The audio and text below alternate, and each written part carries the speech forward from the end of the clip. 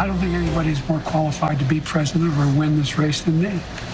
President Biden confident that he can beat challenger Donald Trump despite growing calls for him to drop out of the race altogether.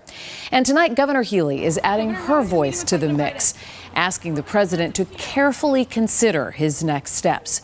The president is trying to quell fears in the Democratic Party and in the country at large that he is not mentally fit to lead for another 4 years. Thanks for being with us on this Friday night. I'm Lisa Hughes. We just saw President Biden's first television interview since the debate that threw his campaign into crisis mode. WBZ's Tammy Mutasa is live in our satellite center tonight with more on the appearance the president hopes reassures voters. Tammy? Lisa, tonight the president offers an explanation after his rough debate performance. But is it too late? Just today, our governor urged him to listen to the American people. Was this a bad episode or the sign of a more serious condition? It was a bad episode.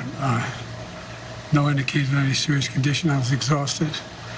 I didn't listen to my instincts in terms of preparing, and I had a bad night. In an exclusive interview with ABC News anchor George Stephanopoulos, it's the explanation American voters have been waiting to hear after President Joe Biden's damaging debate performance against Republican Donald Trump. But when pressed about his health, he refused a cognitive test. Would you be willing to have the independent medical evaluation? Watch me between. There's a lot of time left in this campaign. The right answer right now is no, you don't want to do that right No, now. I've already done it. You think I'm too old to beat Donald Trump?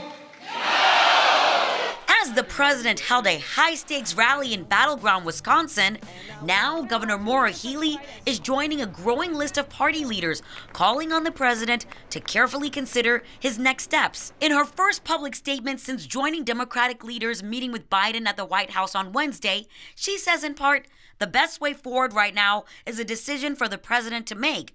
Over the coming days, I urge him to listen to the American people and carefully evaluate whether he remains our best hope to defeat Donald Trump. Unless he pulls off a minor political miracle, produces out of nowhere, loaves and fishes, I just don't see him kind of getting out of this political nosedive. Boston University political historian Professor Tom Whalen says the governor's statement suggests too much is on the line, not just for the president, but for the entire party. Massachusetts is a state where the president and the party nationally have raised around a lot of money. So this statement by Healey might tamper down, which already is kind of a negative mood toward Biden in the fall. In that sense, it did not help one bit. It probably hurt President Biden.